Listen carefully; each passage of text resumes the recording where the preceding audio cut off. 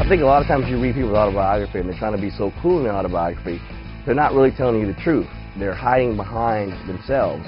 And in my case, I wanted to tell everything and really detail it out in the book of Killing Willis of what my life really is about and why I ended up the way I did and how I found my way back.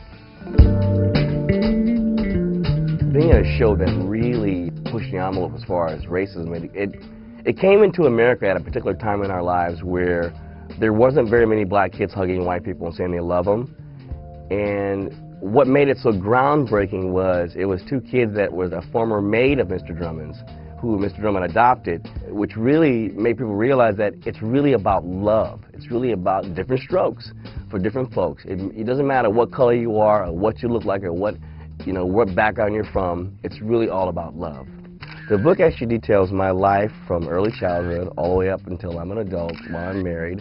It describes my drug trials, it describes my history of abuse from my father, but it also describes a loving and caring moment when I really truly learned how to forgive myself.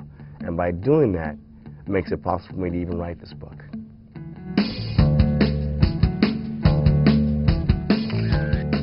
I think that in the beginning of my drug history, you never realize you have a problem. You always are in full denial. You know, you think that, okay, well, if I just wasn't doing the cocaine, I wouldn't have got arrested. Or if I just wasn't smoking too much pot. For me, it was towards the end when I realized that my whole entire life had been catered for 8 years around drugs and alcohol, and something had to change. And I think it was towards the end of my drug career that I realized that I had a serious problem and something had to change. Actually, my rocky relationship, the only way it has affected me with my father is that it made me a better father.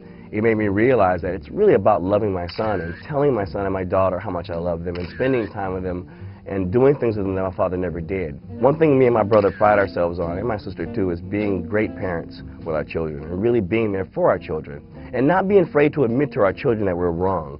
One of the biggest problems in America are our parents do things and they won't tell their kids they're sorry.